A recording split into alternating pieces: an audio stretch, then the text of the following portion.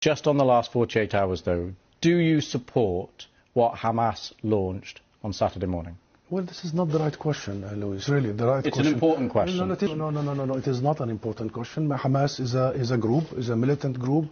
You're talking with the Palestinian representative. Our position is very well known and clear. And what is that? Do you support Hamas's actions? And then you cannot equate. This is not about support or not support. I am here to represent my people, the Palestinian people, what they are going through. I'm not here to condemn anybody. And if anybody that needs to be condemned, it's what you call the only democracy in the Middle East, that is Israel, between parentheses, that is doing what you have just reported, targeting civilians. And this has not just happened the last 48 hours. Hamas is not the Palestinian government. The Israeli government is giving orders for its organized army. So please don't draw any symmetry here. Don't equate. And don't equate between the occupied and the occupier. Since Israel's establishment, it has had one military doctrine. When it fights, it goes and fights civilians, kill civilians, so they pressure the fighters.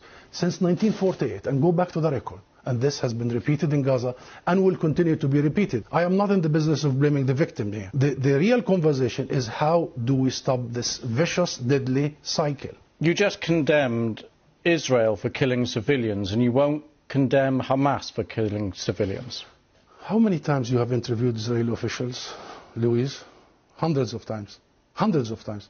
How many times Israel have committed war crimes right live on your own cameras? Do you start by asking them to condemn themselves? Have you? You don't. You know why I refuse to answer this question? Because at the very heart of it is misrepresentation of the whole thing.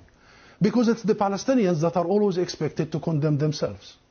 I mean, come on, this is a political conflict. We have been denied our rights for a long time. So this is the wrong starting point. The right starting point is to focus on the root causes, is to try and get out of this extreme dark tunnel, as opposed to this business by BBC and the mainstream media for 75 years. You bring us here whenever there are Israelis who are killed. Did you bring me here when many Palestinians in the West Bank, more than 200 over the last few months?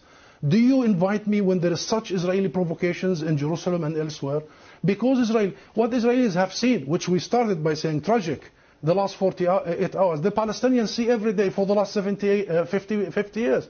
You know the situation in Gaza, you've just described it. This is the biggest open-air prison. Those people, 2 million, have been taken hostage by Israel for the last 16 years. Perhaps this is about time we abandon this rhetoric, very dangerous, this framework, and we start giving people the real ugly truth sometimes. What is the solution in your eyes? International law. That's it. The equal application of international resolutions and law and legitimacy, as you did in Ukraine. Would you bring the Ukrainian ambassador here and start asking him to condemn some of his fighters? We need to fully and equally apply the rules that were created by the League of Nations after the horrors of the Second World War. We need to make sure that Israel is not the exception. It has been for the last 75 years. We need to make sure that nobody is above the law. Israel is an occupying force. It is responsible to provide protection for the people under its occupation. And should they commit crimes and crimes against humanity in the coming hours and weeks, it must be held accountable by the international community.